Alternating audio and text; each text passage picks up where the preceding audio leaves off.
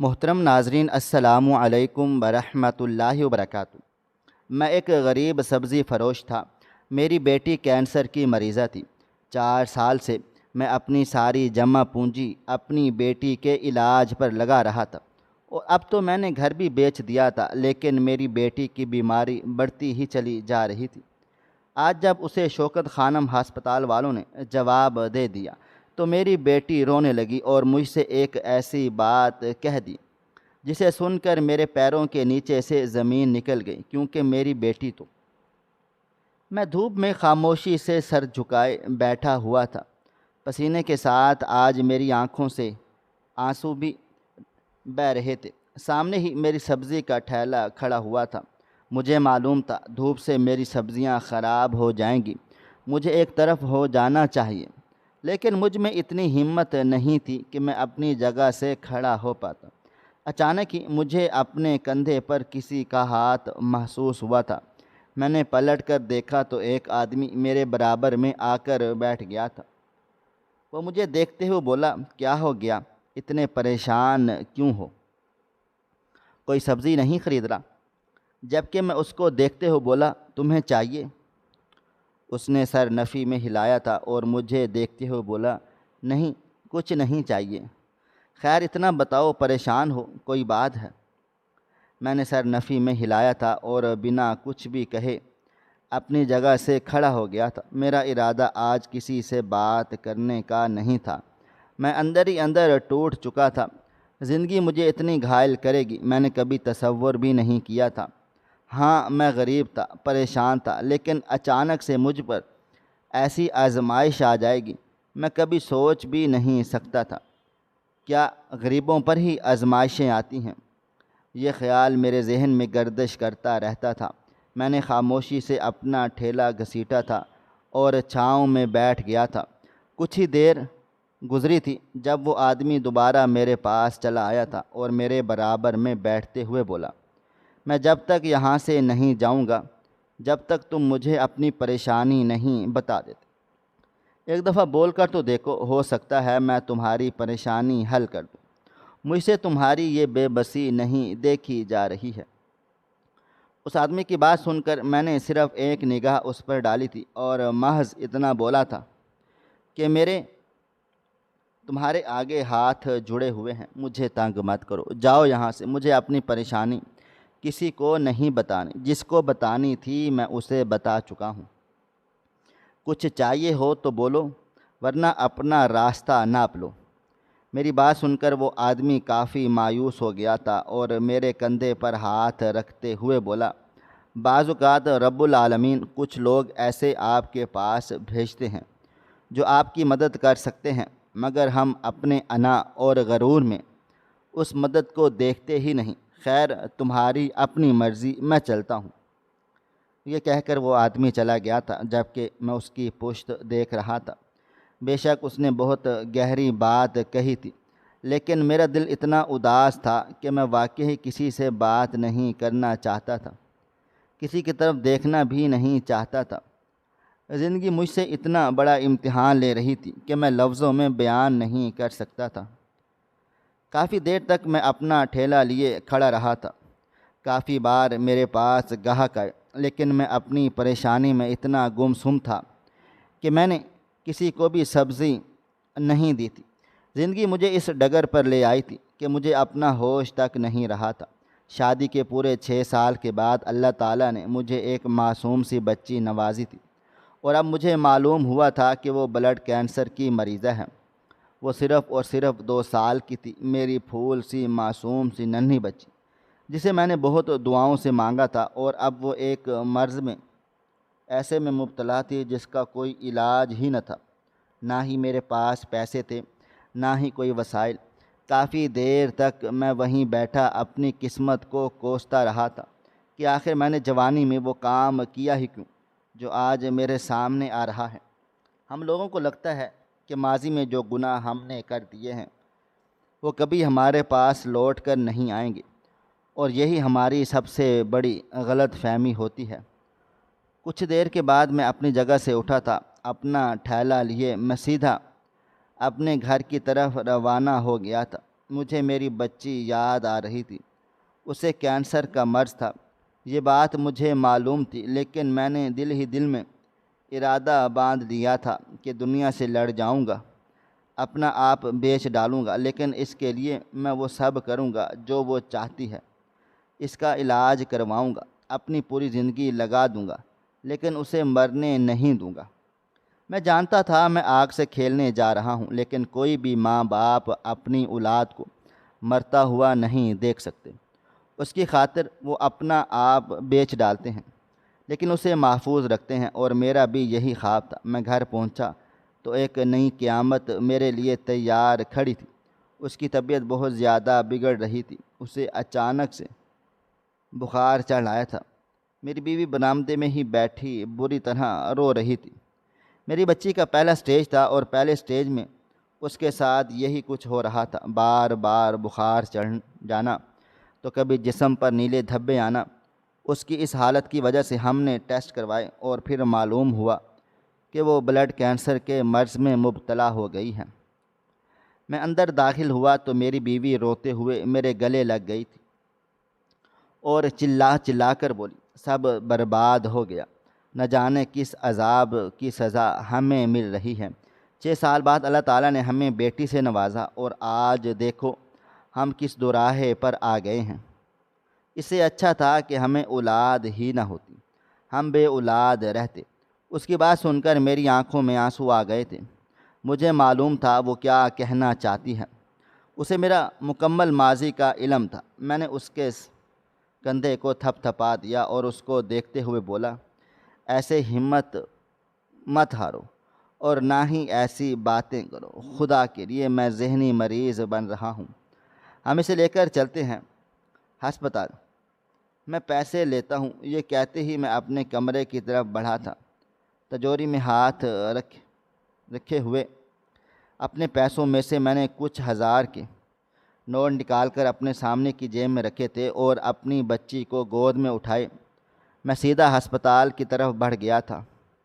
آنکھوں سے بھل بھل آنسو بہے چلے جا رہے تھے، دل و دماغ بالکل کام نہیں کر رہا تھا۔ ایسا لگتا تھا جیسے میرا سب کچھ برباد ہو گیا ہو، زندگی اتنی جلدی مجھے میرے ماضی میں لے کر چلی جائے گی، میں نے کبھی تصور بھی نہیں کیا تھا۔ ایک لمبی مسافت طے کر کے ہم ہسپتال پہنچے تھے۔ ہسپتال جانے کی دیر تھی کہ انہوں نے کھڑے کھڑے 2000 کا بل تیار کر دیا تھا۔ میں غریب سبزی فروش تھا، میرے پاس اتنے پیسے نہیں تھے، صرف اتنے ہی ہوتے تھے کہ میں روز کا کما لوں اور روز کا کھا پی لوں۔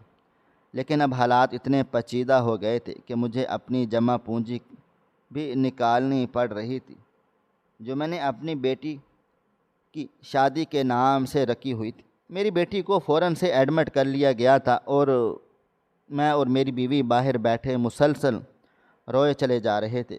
آج تو میری آنکھوں سے بھی آنسو نکل رہے تھے۔ میری بیوی میرے کندھے پر ہاتھ رکھتے ہوئے بولی، یہ کیا ہو رہا ہے اسلم؟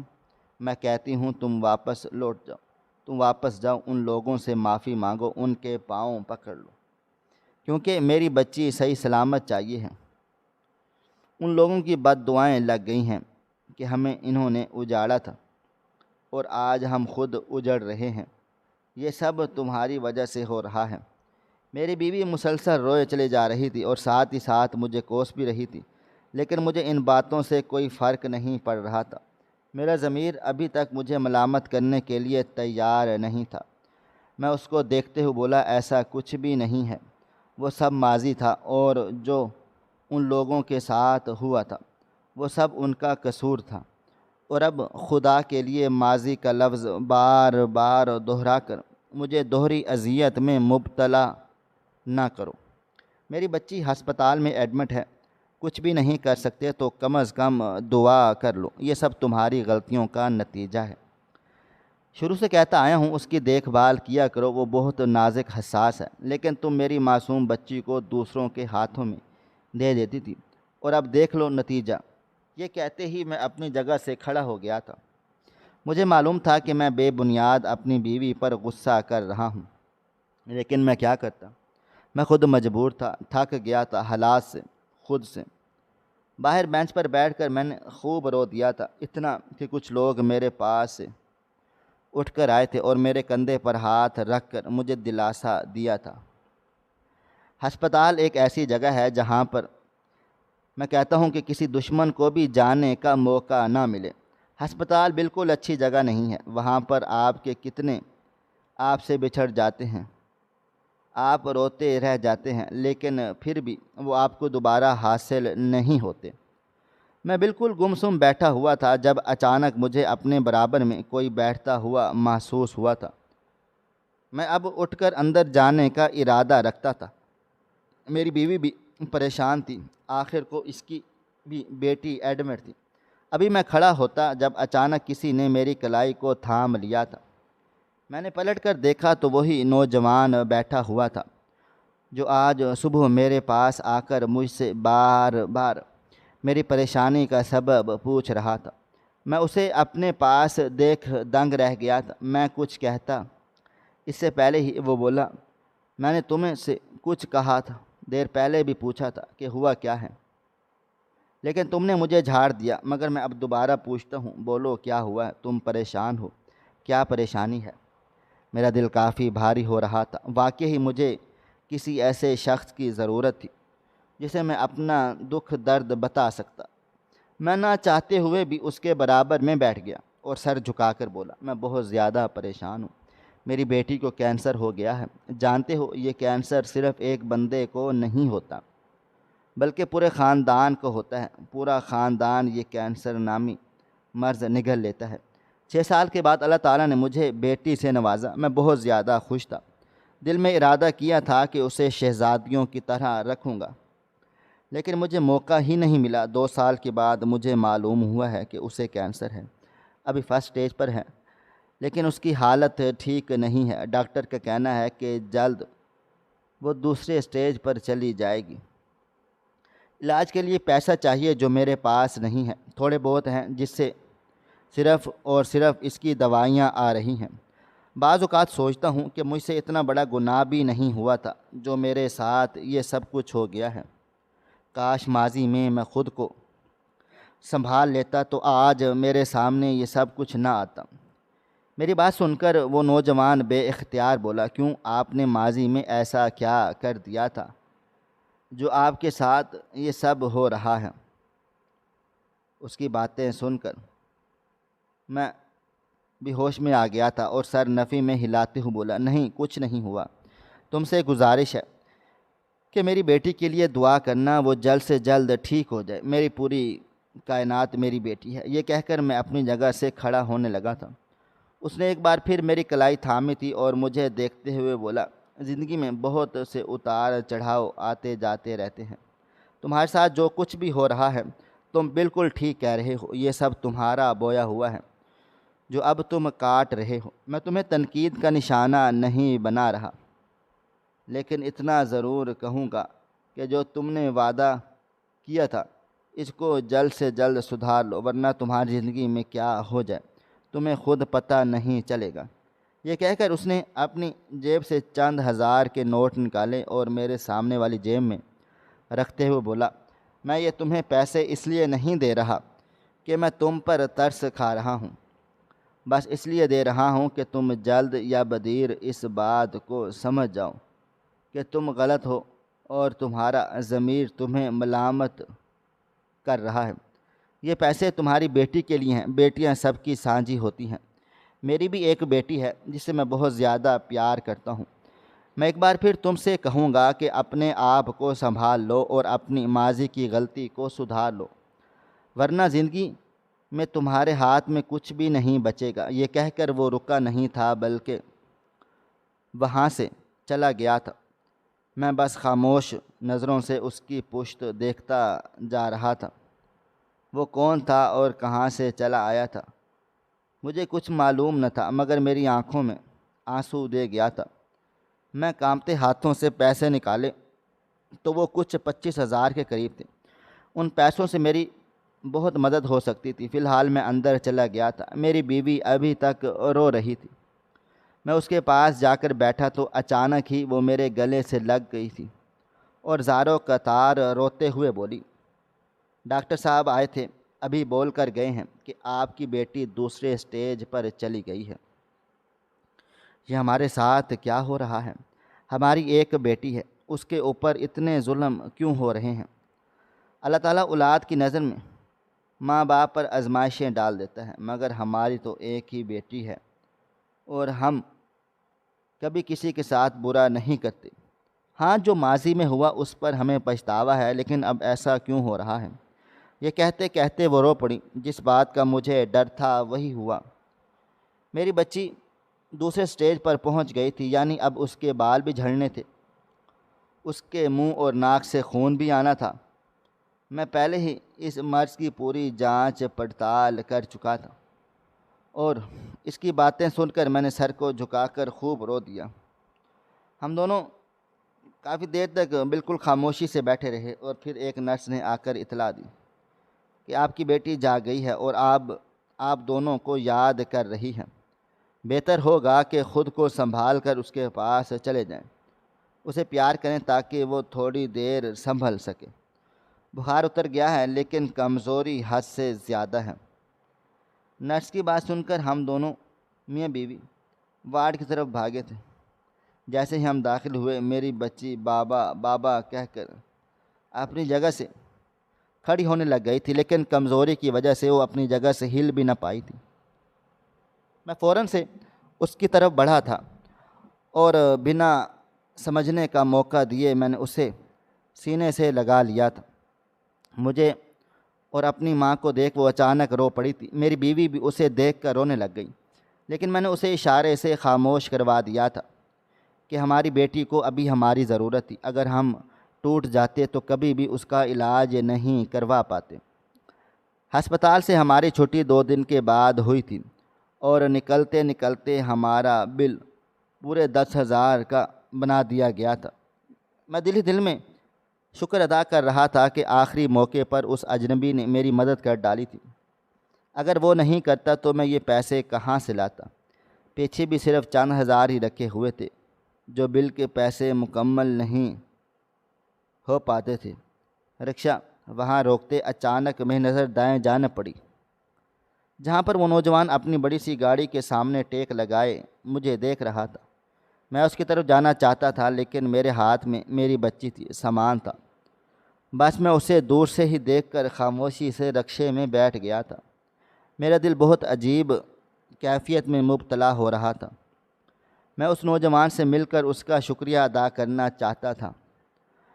رکشہ آدھے راستے تک پہنچ گیا تھا جب بھی مجھے سکون نہیں آ رہا تھا، مگر میں نے کچھ بھی نہیں کہا تھا۔ گھر پہنچ کر اپنی بیوی کو میں نے سختی سے تاکید کی تھی کہ اب بچی کو ہمیں اکیلے نہیں چھوڑنا چاہیے۔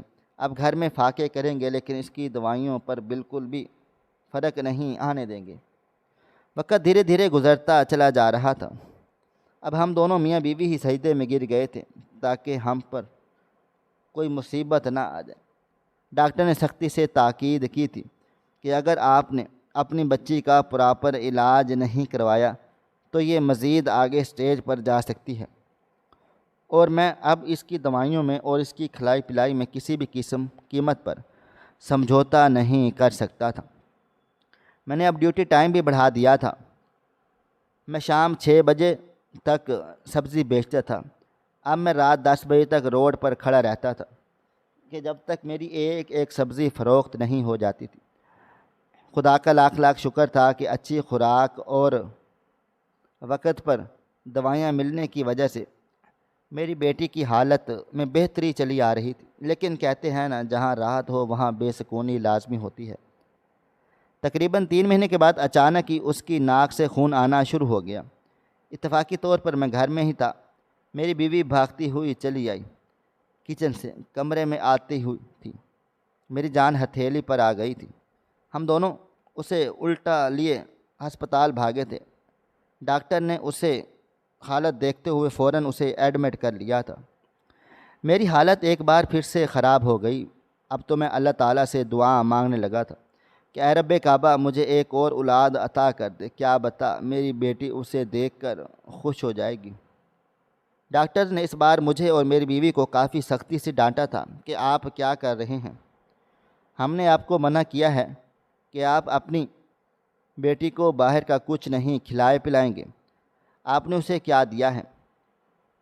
میں نے فوراً سے ان کو جواب دے دیا تھا کہ نہیں، میں اسے ہی گھر کا کھانا دے رہا ہوں، مچھلی، دال، دودھ، گھر کی روٹی، باہر کچھ بھی نہیں دے رہے۔ میری بیٹی کی صحت بھی کافی بہتری ہو گئی تھی، جبکہ ڈاکٹر فوراً سے بولے نہیں، آپ کی بیٹی نے کسی خراب تیل کی چیز کھائی ہے، جبھی ان کی حالت اتنی بگڑی ہے۔ میں نے پریشان ہو کر اپنی بیوی کی طرف دیکھا تو وہ نظریں چرانے لگی تھی۔ ڈاکٹر ہمیں ایک بار پھر سے ہدایات کر کے چلے گئے۔ ڈاکٹر کے جاتے ہی میں نے اس کا بازو تھام لیا تھا اور اس کو دیکھتے ہوئے بولا، کیا کہہ کر گئے ہیں ڈاکٹر؟ جھوٹ نہیں بولنا۔ جبکہ وہ سر جھکا کر بولی، میں اس کو لے کر پڑوسن کے گھر چلی گئی تھی، وہاں پر بچے چپس کھا رہے تھے، انہیں دیکھ کر ضد کرنے لگ گئی۔ میں نے اسے بہت سمجھایا لیکن سن ہی نہیں رہی تھی، اس لیے مجبوراً 2-4 کھلا دی، مگر مجھے نہیں پتہ تھا کہ اچانک اس کی طبیعت اتنی زیادہ خراب ہو جائے گی۔ میرا دل چاہ رہا تھا کہ میں اپنی بیوی کے چہرے پر 2 تھپڑ لگاؤں، حالانکہ میں نے اچھی طرح سے سمجھا دیا تھا، وہ کتنا بھی رو لے، کتنا ہی ضد کر لے، اسے کسی قیمت پر تم کچھ بھی باہر کا نہیں دو گی۔ بس ذرا سی غفلت نے ہمارے ہاتھ پاؤں پھلا دیے تھے۔ میں نے فی الحال اسے کچھ بھی نہیں کہا تھا، میری طرح وہ بھی اس کی ماں تھی۔ اپنی بیٹی کی ایسی حالت دیکھ کر اس کے ہاتھ پاؤں بھی کانپ اٹھے تھے۔ ہماری واپسی تقریباً 4 گھنٹے کے بعد ہوئی۔ ابھی ہم دونوں کو گھر میں بیٹھے کچھ ہی دیر ہوئی تھی جب اچانک کسی نے ہمارا دروازہ زور زور سے بجایا تھا۔ میں حیران ہوا، بھلا اس وقت کون ہو سکتا تھا، کیونکہ رات کے 11 بج رہے تھے۔ میں نے دروازہ کھولا تو سامنے پولیس کھڑی ہوئی تھی۔ میں بری طرح سے گھبرا گیا، ایسا لگتا تھا جیسے کسی نے میری سانسیں روک ڈالی ہوں۔ اچانک ہی پولیس اہلکار اندر داخل ہو گئے اور مجھے گدی سے پکڑتے ہوئے بولے، تمہیں کیا لگتا ہے تم چھپ جاؤ گے؟ ہم تمہیں نہیں پکڑ پائیں گے۔ تم کسی کی زندگی کو تباہ و برباد کر دو اور تم یہاں سکون سے رہو، اریسٹ کرو اسے۔ شور شرابے کی آواز سے میری بیوی باہر آ گئی سی۔ مجھے اب ہتھ کڑی پہنائی جا رہی تھی۔ 2-4 اہلکار میرے برآمدے کا جائزہ بھی لے رہے تھے۔ میری بیوی نے باہر آتے ہی رونا شروع کر دیا تھا، پولیس کے ساتھ سے ہاتھ میرا چھڑانے لگ گئی تھی۔ ایک پولیس والے نے اسے زور سے پیچھے کی طرف دھکیلا تھا اور اسے دیکھتے ہوئے بولا، بی بی ہمیں اپنا کام کرنے دو، اگر بیچ میں آؤ گی تو تمہیں بھی اندر کر دیں گے۔ میری بیوی ان کے آگے ہاتھ جوڑتے ہوئے بولی، کہاں لے کر جا رہے ہو میرے شوہر کو؟ میری بچی بیمار ہے، رات کا اتنا وقت ہو رہا ہے، جو بھی کمپلین ہے ہم صبح پولیس اسٹیشن میں حاضری دے دیں گے، لیکن ایسا مت کرو۔ جبکہ پولیس اہلکار میری بیوی کو دیکھتے ہوئے بولا، تمہیں سمجھ نہیں آ رہا؟ ہمارے معاملات میں بولو گی تو دونوں کو اندر کر دیں گے، پھر اپنی بچی ان پڑوسیوں کے حوالے کرنا، لے کر چلو۔ اس آدمی کو یہ کہتے ہی مجھے گھسیٹنا شروع ہو گئے تھے۔ میں ان کی منت سماجت کر رہا تھا کہ مجھے اس طرح سے لے کر نہیں جاؤ، میرے بیوی بچے اکیلے ہیں، میری بچی بیمار ہے، رات کو کچھ بھی ہو سکتا ہے۔ لیکن وہ لوگ نہیں رکے تھے اور زور زبردستی مجھے وین میں بٹھا دیا گیا اور مجھے پولیس اسٹیشن لے گئے تھے۔ مجھے کچھ سمجھ نہیں آ رہا تھا، یہ سب کچھ کیا ہو رہا ہے؟ کیا وہ لوگ واپس آ گئے تھے؟ کیا میرا ماضی ایک بار پھر میرے سامنے آنے والا تھا؟ یہ خیال ہی میری روح کو جھنجھوڑ رہا تھا۔ ایک لمبی مسافت طے کر کے ہم پولیس تھانے پہنچ گئے تھے، لیکن اگلا جھٹکا میرے لیے بے حد شدید تھا۔ سامنے وہی نوجوان بیٹھا ہوا تھا جس نے میری ہسپتال میں 3 ماہ پہلے مدد کی تھی۔ میں اسے دیکھتے ہی پہچان گیا۔ میری ہتھ کڑی کو دیکھ کر فوراً ہی ان لوگوں کے سامنے کھڑا ہو گیا اور غصے سے چلاتے ہوئے بولا، اس آدمی پر صرف اور صرف الزام لگایا گیا ہے، یہ مجرم نہیں ہے جو آپ اس کو ہتھ کڑی پہنا رہے ہیں۔ اس آدمی کی بات سن کر انسپکٹر بولا، ہمیں اوپر سے آرڈر آئے تھے کہ انہیں اسی طرح ذلیل و رسوا کر کے یہاں لانا تھا۔ ہم مجبور ہیں۔ جب کہ وہ چیختے ہوئے بولا تھا کہ اوپر سے آرڈر ہوں یا پھر کہیں سے بھی آرڈر ہوں، آپ کوئی حق نہیں رکھتے ایک ملزم کو ہتھ کڑی پہنانے کا۔ انہوں نے کوئی اتنا بڑا جرم نہیں کیا تھا یا کیا، صرف ایک معمولی سی چوری کا کیس تھا۔ آپ ایسا کیسے کر سکتے ہیں؟ ان کے ساتھ میں آپ کے خلاف رپورٹ درج کروا سکتا ہوں۔ آپ مجھے جانتے نہیں۔ جب کہ میں اس انسان کو حیرت سے دیکھ رہا تھا جس سے نہ کوئی میرا رشتہ تھا اور نہ ہی میں کوئی رشتہ بنانا چاہتا تھا۔ پھر انجانے میں وہ میری مدد کیوں کر رہا تھا؟ یہ بات میری سمجھ سے باہر تھی۔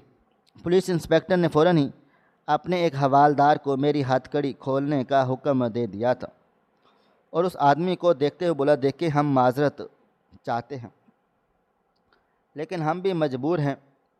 آپ ان کی ضمانت لے کر آئے ہو تو ہم بات کو سمجھ لیتے ہیں۔ جب کہ وہ آدمی مجھے دیکھ کر بولا، آپ ایک طرف بیٹھ جائیں، آپ انہیں حوالات میں بند نہیں کریں گے، میں ان کے لیے شہر کا سب سے مہنگا وکیل لایا ہوں۔ جب کہ وہ مجھے جھٹکے پر جھٹکا لگ رہا تھا، میں نے دل ہی دل میں طے کر لیا تھا کہ یہاں سے رہائی ملتے ہی میں اس آدمی سے ضرور پوچھوں گا کہ تم کون ہو، کیوں میری مدد کر رہے ہو۔ کہیں نہ کہیں مجھے ایسا لگتا تھا جیسے یہ شخص میرے ماضی سے جڑا ہوا ہے، یہ مجھے جانتا ہے۔ کچھ ہی دیر کے بعد ایک وکیل آ گیا تھا جس نے میری تمام کارروائی سنبھالی اور کچھ ہی دیر کے بعد مجھے ضمانت مل گئی تھی۔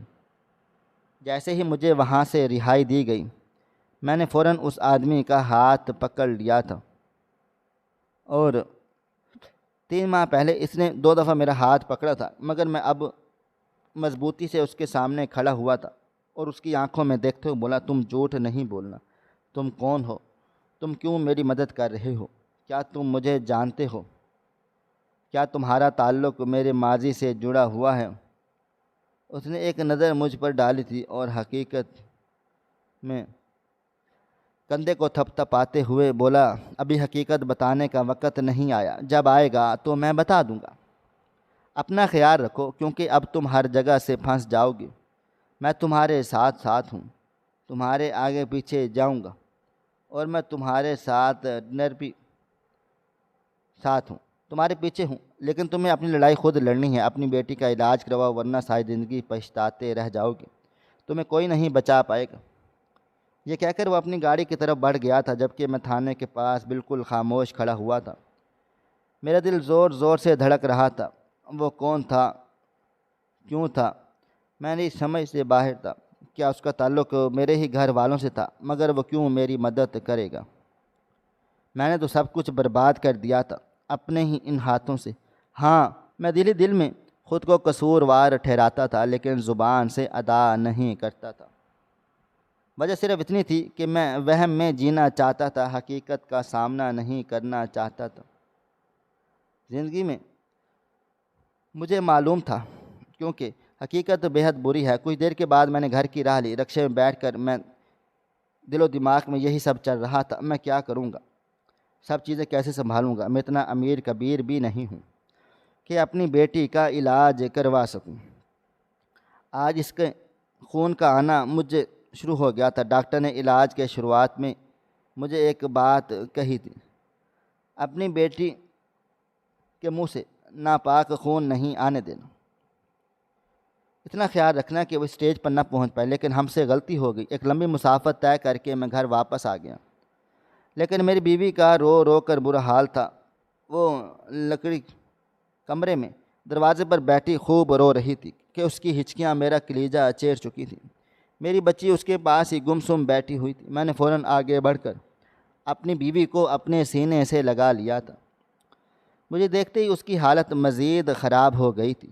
وہ روتے ہوئے بولی، آپ سب ٹھیک کر لو، آپ قبول کر لو، آپ گناہ گار ہو، آپ نے غلط کیا ہے، وہ آپ کو نہیں چھوڑیں گے۔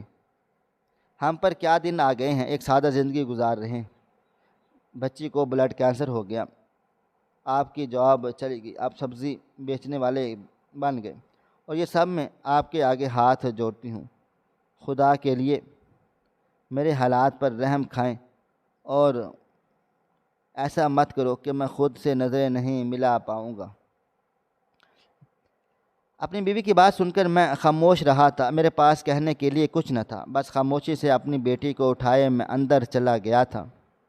اب میں نے طے کر لیا تھا کہ میں کسی سے کچھ بھی نہیں کہوں گا۔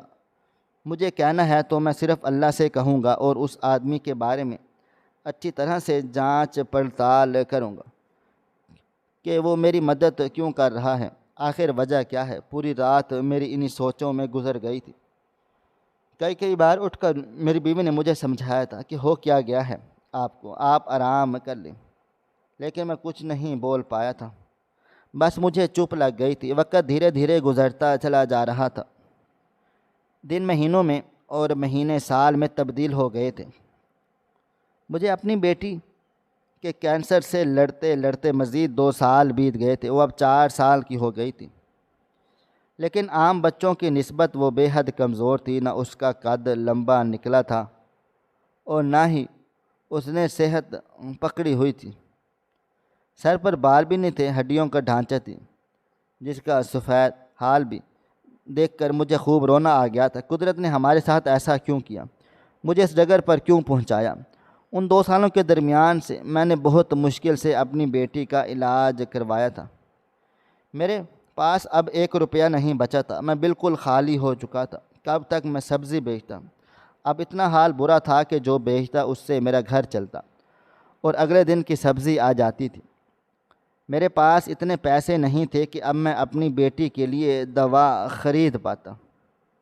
نہ جانے مجھ پر کیا تنگی آئی ہوئی تھی کہ ان 2 سالوں کے درمیان اس شخص سے میری دوبارہ ملاقات نہ ہو پائی۔ میں نے اسے ڈھونڈنے کی بہت کوشش کی، تھانے چلا گیا کہ چکر لگائے، اس جگہ پر گیا جہاں میری پہلی بار ان سے ملاقات ہوئی، لیکن وہ مجھے کہیں بھی نہیں ملا۔ بس میں روتا رہتا تھا اور دعا کرتا رہتا تھا، یا اللہ غیبی مدد بھیج دے۔ اب میں کیا کروں؟ میری بچی مر رہی ہے اور اب حال ہی ایسا ہی تھا۔ میری بیوی بھی کچھ نہیں کر سکتی تھی اور نہ ہی میں کچھ کر سکتا تھا۔ وہ بیچاری گھڑوں میں جھاڑو پونچھا کر کے بہت مشکلوں سے گھر کا نظام چلا رہی تھی، اور میں اپنی سبزی، بجلی، گھر کا کرایہ اور تھوڑی بہت بیٹی کی دوائیوں پر اپنا پیسہ خرچ کر لیتا تھا۔ میں کہتا ہوں کہ انسان کچھ بھی ہو جائے لیکن غریب نہ ہو، کہ بے بسی پر آپ بھی رو نہ سکیں، کہ اگلے دن کہیں طبیعت خراب نہ ہو جائے۔ اگر طبیعت خراب ہو گئی تو ہم کام پر کیسے جائیں گے؟ لیکن میری بیٹی اب کینسر کے 3 سٹیج پر پہنچ گئی تھی، جس کی وجہ سے اب اس کے اندرونی نظام سے خون آنے لگا تھا، اور یہاں ہم دونوں میاں بیوی ہار مان گئے تھے۔ ڈاکٹر نے صاف کہہ دیا تھا، اگر آپ اسی طرح سے لاپرواہی کرتے رہے اور آپ نے اپنی بیٹی کا پراپر علاج نہیں کروایا ہے تو معذرت کے ساتھ آپ کی بیٹی درد سے چمڑ مر جائے گی۔ یہ الفاظ نہ تھے، گویا خنجر تھے۔ یہ درد ایک ماں باپ ہی محسوس کر سکتے ہیں۔ صبح سے اسے خون کی الٹیاں ہو رہی تھیں، اندرونی نظام سے خون بہے چلے جا رہا تھا، کبھی ناک سے کبھی منہ سے، اور ہم کچھ بھی نہیں کر پا رہے تھے کیونکہ میری جیب میں 1000 روپیہ بھی نہ تھے۔ تھک ہار کر میں نے اپنے ایک دوست کو فون کر دیا تھا، اس سے کچھ پیسے ادھار مانگے تھے، لیکن اس نے میرا فون سنتے ہی ایک لفظ کہا تھا کہ میں پہلے بھی تجھے کافی پیسے دے دیے ہیں، اگر آپ دے دوں گا تو مجھے معلوم ہے کہ وہ لوٹا نہیں پائے گا۔ میرے پہلے والے پیسے واپس کر دے، پھر میں تجھے یہ اور دوں گا۔ جبکہ میں کچھ نہیں بول پایا تھا۔ کسی دوسرے کو فون کرنے کی ہمت نہ ہوئی تھی کیونکہ مجھے معلوم تھا سب کی طرف سے یہی جواب آئے گا۔ میری بیوی بہت بری طرح سے رو رہی تھی۔ میری بچی بالکل مرنے کی دہلیز پر آ گئی تھی۔ اچانک میری بیوی میرے آگے ہاتھ جوڑتے ہوئے بولی، میرے جڑے ہوئے ہاتھ دیکھ لو، تم چلے جاؤ ان لوگوں کے پاس، تم پاؤں پکڑ لو، وہ تمہیں معاف کر دیں گے۔ مجھے پتہ ہے ہمارے ساتھ یہ سب اسی وجہ سے ہو رہا ہے کیونکہ تم قصوروار ہو۔ تم کیوں اس حقیقت کو قبول نہیں کر سکتے؟ 4 سال ہو گئے ہیں ہم تکلیف سے ہی جڑے رہتے ہیں۔ آج ہماری شادی کو 10 سال بیت چکے ہیں، لیکن ہمیں وہ خوشی نصیب نہ ہوئی تھی جس کے لیے ہم نے سب کچھ چھوڑا تھا، سب کو تباہ و برباد کیا تھا۔ اپنی بیوی کی بات سن کر آج پہلی بار میں ٹوٹ گیا تھا۔ میری شہزادی بیٹی، جسے میں شہزادیوں کی طرح پالنا پوسنا چاہتا تھا، وہ میری آنکھوں کے سامنے مر رہی تھی۔ اگر میں اب بھی ہاتھ پر ہاتھ رکھ کر بیٹھا رہتا تو مجھ جیسے باپ پر لعنت تھی۔ میں نے گہری سانس لی تھی اور اپنا جگہ پر کھڑا ہو گیا تھا۔ باہر سے آ کر رکشہ روکا اور اپنے آبائی گھر کا ایڈریس بتا کر بیٹھ گیا تھا۔ رکشے میں بیٹھتے ہی میری آنکھیں بند ہو گئی تھی اور میں دھیرے دھیرے ماضی کی ان دردناک یادوں میں کھو سا گیا تھا، جس کے بارے میں سوچ کر ہی میرے رونگٹے کھڑے ہوئے تھے۔ میں اور میری بیوی ایک دوسرے کو بے حد پسند کرتے تھے۔ بینش میری محلے کی لڑکی تھی جس کے لیے میں پاگل تھا۔ میری اماں اکثر کہتی تھی کہ تم غلط گھر میں ہاتھ ڈال رہے ہو، باپ معذور ہے۔ ان لوگوں نے بہت مشکلات اٹھا کر اپنی بیٹی کو بڑا کیا ہے، تم ان کا پیچھا چھوڑ دو۔ لیکن میں کہتا تھا کہ آخر میں کیوں چھوڑ دوں؟ پسند کرنا گناہ کی بات نہیں ہے اور میں اس سے شادی کرنا چاہتا ہوں۔ اگر میں اسے بھگا کر لے جاؤں تب مجھے سمجھ آتا ہے کہ میں غلط ہوں۔ میں تو شادی کرنا چاہتا ہوں، لیکن میری اماں میری ایک نہیں سنتی تھی۔ وہ ہر وقت مجھے تانے دیتی رہتی تھیں کہ تم نے پسند کیا بھی تو کیا، ایک غریب لڑکی جو تمہیں بھی برباد کر دے گی اور ہمارے گھر کو بھی برباد کرے گی۔ اس کی اماں اکثر کہتی ہیں کہ جب سے بینش پیدا ہوئی تھی ہمارے گھر میں فاقے پڑے تھے، اب تم کیا اپنی زندگی میں اس عذاب کو اٹھا کر لاؤ گی اور اپنی زندگی تباہ و برباد کرو گے؟ جبکہ میں کچھ نہیں بولا تھا، اماں کی یہ باتیں مجھے زہر لگتی تھیں۔ میرے بھائی میری بہنیں مجھے سب سمجھاتے تھے کہ ان سب لوگوں کا پیچھا چھوڑ دو، لیکن میں بینش کے لیے اتنا پاگل ہو چکا تھا کہ میں نے بینش نے گھر سے بھاگ کر شادی کر لی۔ لیکن میرے گھر والے مجھے معاف نہیں کر رہے تھے۔ ان کا کہنا تھا کہ تم نے بینش سے شادی کیوں کی؟ وہ جہیز دیں گے اور نہ ہی اس کا باپ تمہیں معاف کرے گا۔ بینش نے میرے ساتھ تھی، اس نے کہا تھا کہ میں تمہارے لیے کسی سے بھی لڑ جھگڑ جاؤں گی۔ کہیں نہ کہیں مجھے اس بات کا دکھ ہے کہ میں بینش کو بلا وجہ استعمال کر رہا تھا۔ وہ مجھ میں اتنی زیادہ دلچسپی نہیں رکھتی تھی جتنی میں رکھتا تھا۔ مجھے یہ سب کچھ عزت کے دائرے میں رہ کر کرنا چاہیے تھا، نہ کہ ان کی عزت کو اچھال کر۔ میں اتنا دور بھاگ گیا تھا کہ واپس آنے کا میرا کوئی ارادہ ہی نہیں تھا۔ لیکن محض 5 دن کے بعد میری بس ہو گئی تھی، کیونکہ جتنے پیسے میں لے کر گیا تھا سب ختم ہو گئے تھے اور میں بینش کے ساتھ لوٹ آیا تھا۔ گھر میں داخل ہونے کی دیر تھی کہ میرے بھائیوں نے مجھے گالیاں نکالنا شروع کر دی تھیں۔ اماں نے مجھے خوب لعن طعن کیا تھا اور ابا جان نے صاف صاف کہہ دیا تھا کہ میں تمہیں جائیداد سے نکال چکا ہوں، تمہیں پراپرٹی میں اب کوئی حصہ نہیں ملے گا۔ یہ بات میرا دل و دماغ گھما چکی تھی۔ میں نے تمام حد پار کر ڈالی۔ فی الحال میں نے اپنی بیوی کو اپنے دوست کے گھر ٹھہرا دیا اور رات کے اندھیرے میں اپنے گھر میں داخل ہوا تھا۔ وہ لمحہ یاد کر کے میرے رونگٹے ابھی بھی کھڑے ہو رہے تھے۔ میں نے اپنے سگے باپ کا قتل کر دیا تھا، صرف اور صرف اس لیے کیونکہ وہ مجھے پراپرٹی سے نکال چکے تھے۔ میں نے گھر میں گھس کر ان کے منہ پر تکیہ رکھ ڈالا تھا اور انہیں مار ڈالا۔ میں بھاگ جانا چاہتا تھا لیکن میری ماں، بہن اور دونوں نے مجھے یہ کرتے ہوئے پکڑ لیا تھا۔ میں نے پورا گھر اجاڑ دیا تھا۔ میری ماں نے مجھے اس وقت بچا لیا، لیکن انہوں نے مجھے ایک بد دعا دی تھی کہ تم آباد ہو کر بھی برباد رہو گے۔ میری بہن نے کہا تھا کہ تمہیں کبھی خوشیاں نصیب نہیں ہوں گی۔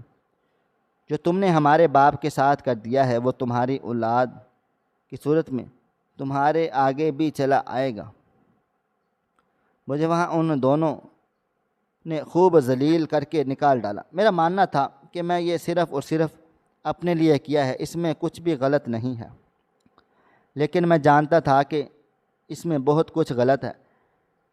میں نے اپنے باپ کو مار ڈالا تھا، یہ کوئی چھوٹی بات نہیں تھی۔ بینش کا باپ بھی مر گیا تھا کیونکہ وہ اتنی ذلت برداشت ہی نہیں کر پایا تھا کہ میں اس کی بیٹی گھر سے بھاگ گئی ہے اور اس کی ماں اپنے شوہر کے غم میں عادی ہو گئی تھی کہ وہ نیم پاگل ہو کر پاگل خانے شفٹ ہو گئی تھی۔ یہ سب میرا قصور تھا۔ ایک شادی کے بعد میں نے سب کچھ تباہ و برباد کر دیا تھا۔ میں نے 2 خاندان اجاڑ ڈالے اور اب مجھے ریئلائز ہوا تھا کہ سب میری وجہ سے ہوا ہے۔ میرا کہنا تھا کہ ان لوگوں کی غلطی ہے۔ میں شادی کرنا چاہتا تھا، کوئی گناہ تو نہیں، ان لوگوں نے مجھے یہ سب کرنے پر مجبور کر دیا تھا۔ اگر یہ لوگ مجھے یہ سب کرنے پر مجبور نہیں کرتے تو آج میں بینش کے ساتھ خوش اپنے باپ کے گھر میں رہ رہا ہوتا۔ ایک لمبی مسافت طے کر کے میں اپنے گھر پہنچا تھا۔ آج بھی ہمارا بڑا سا گھر ویسے ہی کھڑا ہوا تھا۔ اس گھر میں میرے 2 بھائی رہتے تھے، امی کے ساتھ۔ میں دھڑکتے دل کے ساتھ اندر داخل ہوا تھا۔ 10 سال کے بعد میں نے اس گھر میں قدم رکھا تھا۔ میری نظر میرے سامنے پڑی گئی تھی جو برآمدے میں ہی بیٹھی تسبیح پڑھ رہی تھی۔ چھوٹے چھوٹے قدم اٹھا کر میں ان کے سامنے جھک کر بیٹھ گیا تھا جو اچانک انہوں نے مجھے دیکھا اور اپنا دل تھام لیا تھا۔ میں ان کے قدموں میں سر رکھ کر صرف روتا چلا جا رہا تھا۔ اتنا رویا تھا کہ رونے سے میرا دل و دماغ بالکل بھی۔ میرے دونوں بھائی، ان کی بیویاں، بچے، میری بہنیں سب باہر آ گئی تھیں۔ میں اماں کو دیکھتے ہوئے بولا، میرا سب برباد ہو گیا ہے۔ میری بیٹی کو بلڈ کینسر ہے، وہ مر رہی ہے، لیکن علاج کے پیسے نہیں ہیں۔ اگر میں نے اسے کھو دیا تو میں خود بھی ختم ہو جاؤں گا۔ مجھے معاف کر دیں، میں نے آپ کا سہاگ اجاڑ ڈالا تھا، مجھے معاف کر دو اماں، مجھے معاف کر دو۔ میں صرف ایک بات کہی کہ گردان کیے جا رہا تھا جب اچانک میری ماں نے روتے ہوئے مجھے اپنے گلے سے لگا لیا تھا۔ ماں کبھی بھی اپنی اولاد کو اتنے دکھ تکلیف میں برداشت نہیں کر پاتی۔ آگے بڑھ کر میرے دونوں بھائیوں نے مجھے گلے سے لگا لیا تھا۔ انہیں معلوم تھا، لیکن میری حالت اتنی خراب ہو گئی تھی کہ کسی نے مجھے دھتکارا بھی نہیں تھا۔ جب اچانک میری نظر کونے میں کھڑے ہوئے اس نوجوان پر چلی گئی تھی جو اب کافی خوبرو ہو گیا تھا، وہ کوئی اور نہیں تھا بلکہ میری بہن کا شوہر تھا۔ میری بہن مجھ سے الگ ہونے کے باوجود بھی مجھ سے غافل نہیں ہوئی تھی۔ آج مجھے احساس ہوا تھا کہ بہنیں کتنی اچھی ہوتی ہیں، بھائی اگر قتل بھی کر دیں تب بھی انہیں بھولتی نہیں ہیں۔ میری اماں اکثر ماں سے میرے بھائیوں کے مل کر میری بچی کا علاج ایک بڑے سے ہسپتال میں شروع کروا دیا، اور اس نوجوان نے مجھ سے معافی مانگی تھی کہ میں آپ سے غافل ہو گیا تھا کیونکہ میری اپنی بھی ضروریات تھی۔ میں نے کسی سے کچھ بھی نہیں کہا تھا۔ میری اماں نے مجھے واپس گھر بلا لیا تھا۔ میرے بھائیوں نے میری نوکری لگا ڈالی تھی، سب کچھ ٹھیک ٹھاک ہو گیا تھا، لیکن جب بھی میں اپنی ماں کے پاس بیٹھتا تھا میرا دل تڑپ سا جاتا تھا۔ انہوں نے کس طرح سے برداشت کیا ہوگا اپنے شوہر کا، کس طرح سے میرے بہن بھائیوں نے برداشت کیا ہوگا باپ کا دکھ، یہ سوچ سوچ کر میری جان نکل جاتی تھی۔ بینش بھی اپنی ماں کو پاگل خانے سے لے آئی تھی۔ ان کی حالت کافی زیادہ خراب تھی، لیکن بینش نے ان کی اتنی دیکھ بھال کی کہ اب وہ ہوش میں آنے لگ گئی تھی۔ مجھے معلوم ہے کہ چند سالوں کے بعد میری بیٹی مجھے چھوڑ کر چلی جائے گی، لیکن اس بیٹی کی صورت میں زندگی نے جو مجھے سبق دیا تھا اس نے میرے رونگٹے کھڑے کر دیے تھے۔ اس نے مجھے یہ سمجھا دیا تھا کہ کبھی بھی اپنے مفاد کو اوپر نہیں رکھو، اپنے ساتھ اپنے قریبی لوگوں کا بھی سوچو، کیونکہ اگر آپ صرف اور صرف اپنا سوچو گے تو آپ کبھی بھی خوش نہیں رہ پاؤ گے۔ یہ بات آپ کو سمجھنی ہی ہوگی۔ ناظرین، آپ کو ہماری آج کی کہانی کیسی لگی؟ کمنٹ باکس میں اپنی رائے کا اظہار ضرور کریں۔ خواہش صرف اتنی ہے کہ کچھ الفاظ لکھوں جس کہ کوئی گمراہی کے راستے پہ جاتے جاتے رک جائے، اور نہ بھی رکے تو سوچ میں ضرور پڑ جائے۔ پیارے دوستو، امید کرتا ہوں کہ آپ کو یہ ہماری کہانی پسند آئی ہوگی۔ کہانی پسند آئی ہو تو ویڈیو کو لائک کریں، شیئر کریں، بالکل بھی نہ بھولیں۔ اور ہاں، اگر آپ لوگ اس چینل پر نئے ہیں تو اس چینل کو سبسکرائب ضرور کر لیں۔ اور نوٹیفیکیشن کو ضرور دبا دیں تاکہ آنے والی کہانی سب سے پہلے آپ کو مل سکے۔ ملتے ہیں کل ایک نئی اور دلچسپ کہانی کے ساتھ۔ اللہ حافظ۔